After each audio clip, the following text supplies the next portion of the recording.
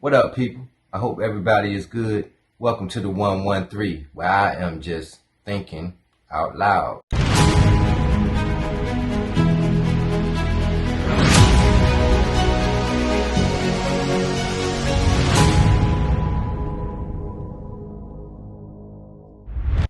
Now, there are three divisions of government spending: mandatory, discretionary, and interest on debt. Today, I want to focus on interest on debt. Now, when the government borrows money, of course, there are interest payments on top of the principal that they borrow.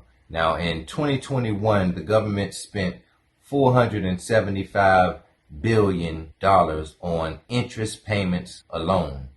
In 2023, we have reached $1 trillion in interest payments, interest alone. That is more than double what we were paying in 2021. Now, by 2024, the interest payments will be at least 1.2 trillion.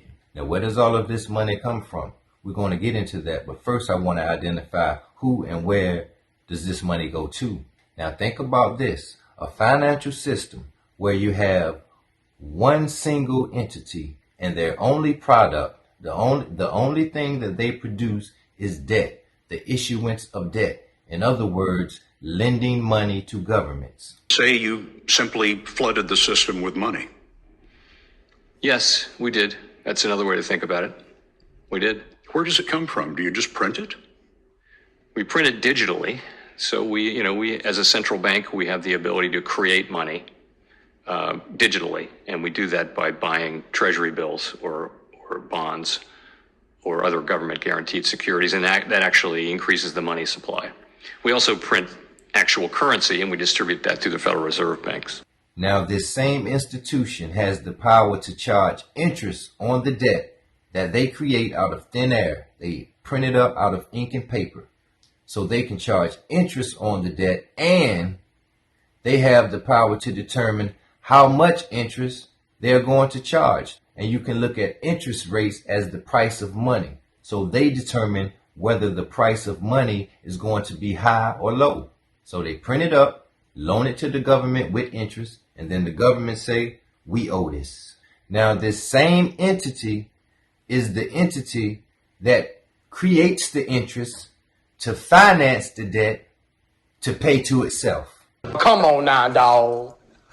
Come on, man. Now, this entity has no oversight, meaning the government that borrows the money from them cannot look into its books. They cannot look into the accounting. They are completely independent.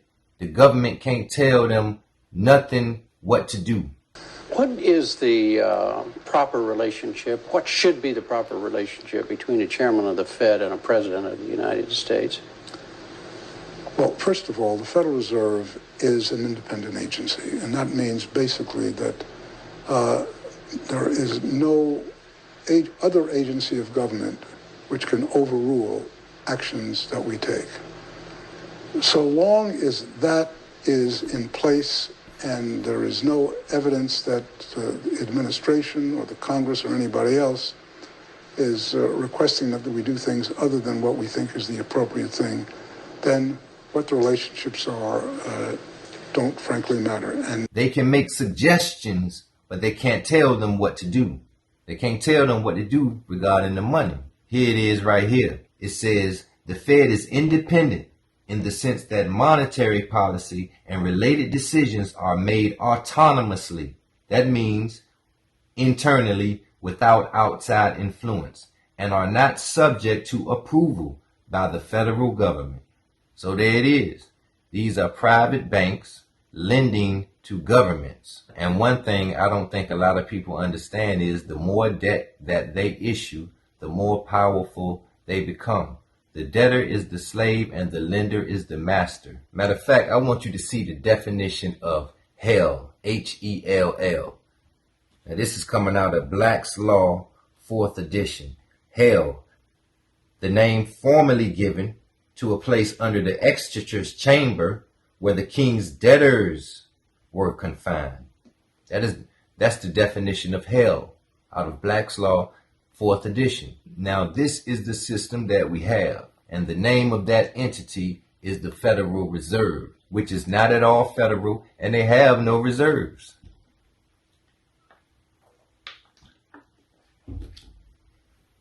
Now, this is the root of many of the problems that we have today. The division, the wars, the violence, the economy, the inequality is not mostly because of racism or hate or lack of inclusion or greedy capitalists. It's because of a centralized monetary system where central banks control every aspect of the economy, the entire thing. Many of the things that we experience today are not by chance, and it's not for the reasons that the mainstream media is telling us. The main objective of a private central bank is to create debtors, aka slaves. They want to lend money to whoever possible, any person, company, corporation, or government.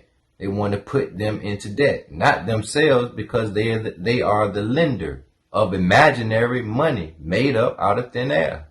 I'm telling you, they orchestrate and create wars, then fund both sides of the war. Thousands, if not hundreds of thousands, lives are lost. Countries go deeper into debt, and they laughing all the way to the bank because they are the bank. You got to understand it's a debt-based system of fiat currency, which requires the borrower to borrow more and more in larger and larger amounts, or the whole system falls apart. And unfortunately, we don't have many politicians that are willing to be honest and address this issue, because most of them are working to maintain the system. They're not working for you like they are required to do and they're paid to do, but unfortunately, the people are not holding them accountable. Most people think that the best way to affect positive change in society is to go and vote when it's time to vote, and go vote for the personality you like, or who looks the best, or talks the best, or says whatever you like. But more importantly, I believe that voters need to have a comprehensive understanding of what they're actually voting for. Now, there is a reason that they don't teach students in public school how the economic system works. And it's for the same reason that they don't teach you an understanding of the Constitution thoroughly, because they don't want you to understand the fraud that's taking place. And they don't want you to know and understand and be able to protect your rights. This is what needs to be understood, because we are allowing politicians to make promises that they can't keep. And we are allowing them to hide from us the real issues and replace the real issues with distractions, propaganda, and talking points. Now, anytime the government spends any money on anything, they have to increase taxes somewhere, somehow, at some point. This is something that you can't get around. But politicians are not willing to be honest, because it's more preferable for them to utilize a hidden tax called inflation.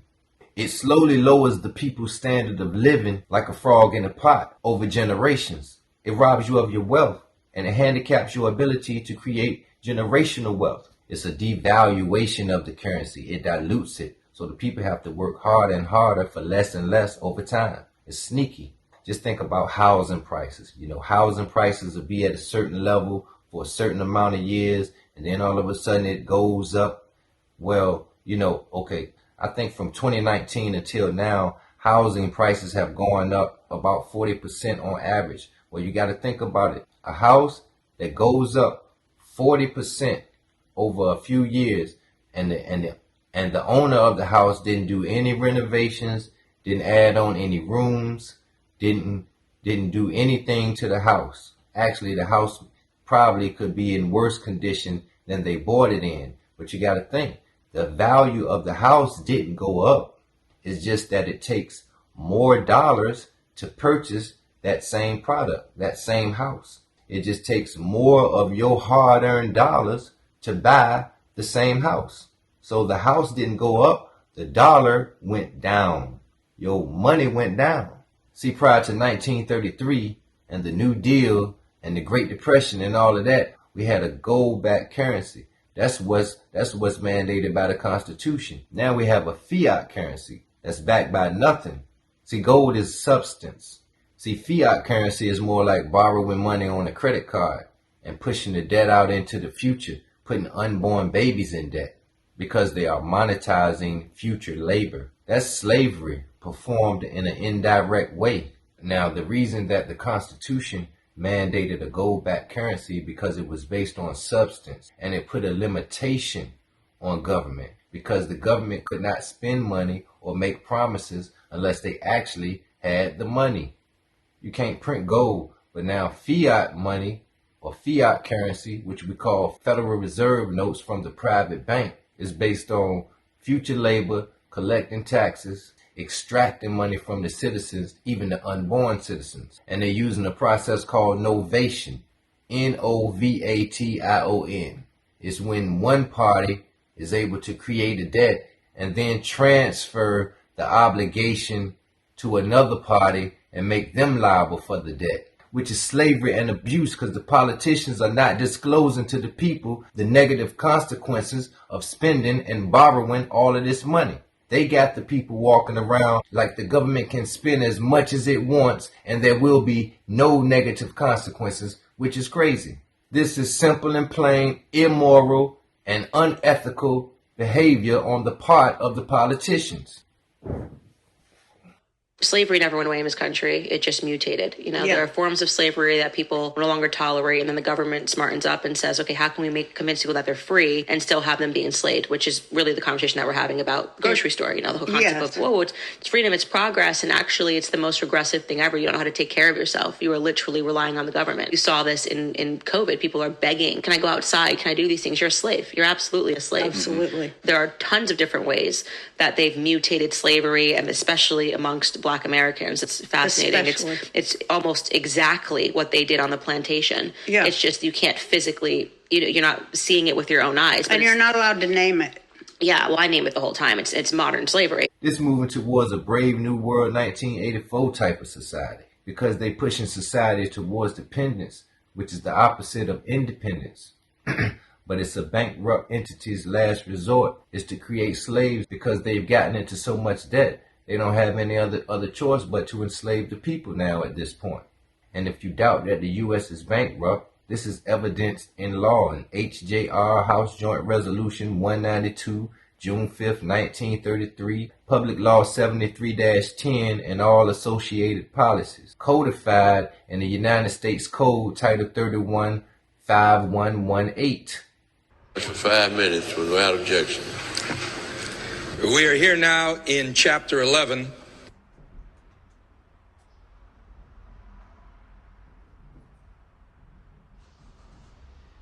Members of Congress are official trustees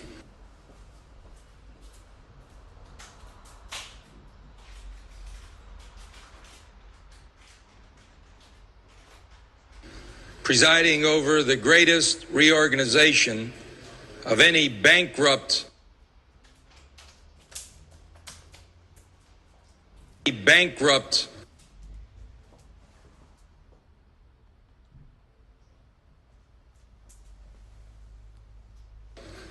entity in world history, the U.S. government. We are setting forth, hopefully, a blueprint for our future. There are some that say it's a coroner's report that will lead to our demise.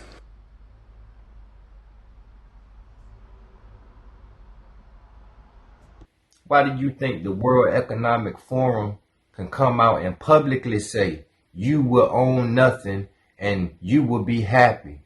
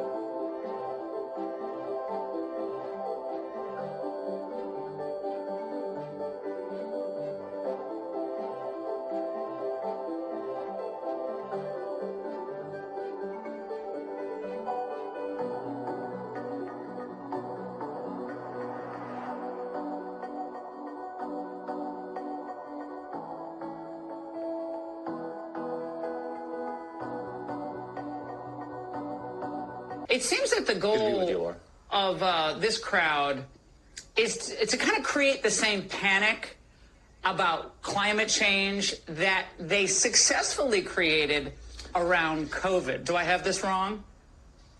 No, you have it correct. I mean, first of all, we have to accept the World Economic Forum is a fanatical political organization that uses fear and manipulation like COVID hysteria, like the hoax of global warming, to really facilitate people thinking that somehow they're the saviors, but really all you're doing is helping them accomplish their goal, which really is a global public-private fascist movement and fusion of big government, big tech, big money to create a technocratic ruling elite, which conveniently is them. And really, Laura, if you want to look at it a different way, too, with the World Economic Forum, they want to create feudalism 2.0, in which we are serfs and they are the lords ruling over us. You'll have nothing and be happy is one of the things that comes out of Davos. That's what they're aiming for.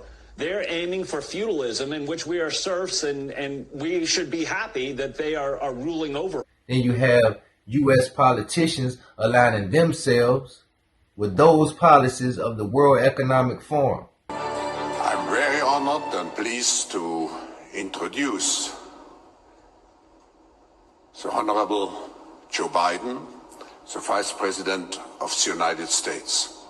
I'm so pleased to see you back here in Davos, because I remember before you assumed your position as Vice President of the United States, you came here as a senator, you came here as the chairman of the Foreign Relations Committee of the Senate, and I have to say, in my memory, you were one of the most engaged and hardest working participants here at the annual meeting. They just convicted Sam Bankman-Fried of running a Bitcoin Ponzi scheme when the United States is running the economy like a Ponzi scheme.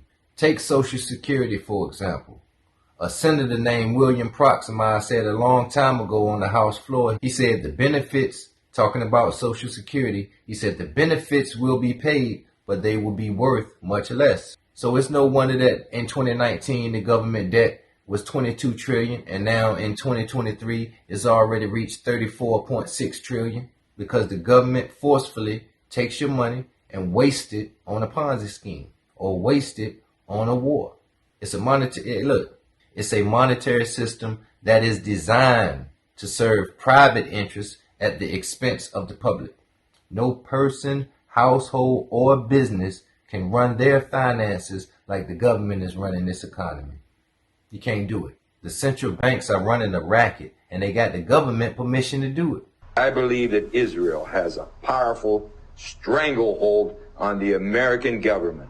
They control both members of the House and the Senate. They have us involved in wars of which we have little or no interest. Our children are coming back in body bags. Our nation is bankrupt over these wars. And if you open your mouth, you get targeted. And if they don't beat you at the poll, they'll put you in prison. It's an objective assessment that no one will have the courage to speak about. They're controlling much of our foreign policy. They're influencing much of our domestic policy. Wolfowitz, as Undersecretary of Defense, manipulated President Bush #2 back into Iraq. They pushed definitely to try and get Bush before he left to move into Iran. We're conducting an expansionist policy of Israel, and everybody's afraid to say it. They control much of the media, they control much of the commerce of the country, and they control powerfully both bodies of the Congress. They own the Congress. Are you an anti-Semite? No, I'm not. That's exactly what they're going to say, and I expect that. What I am is an American. You see, I think America comes first, and we have a one-sided foreign policy in the Mideast. Greta, I'm saying this. America is in danger if America doesn't take back the government without foreign interference. The whole system is a racket. The war, the spending, the military-industrial complex, welfare, student loan, big pharma. It is all a mechanism to create reasons to borrow more bread. Bread that don't exist, that you got to pay interest on it. Why would you borrow money and then have to go borrow more money just to pay the interest on what you already borrowed? The whole system is a racket. They just start auditing the Pentagon within the last 5 years, and they have never passed the audit yet. They ain't never passed no audit. But like I said, family, I'm just thinking out loud. If you got any value from this video, please like, subscribe, share, and I hope you have an excellent day.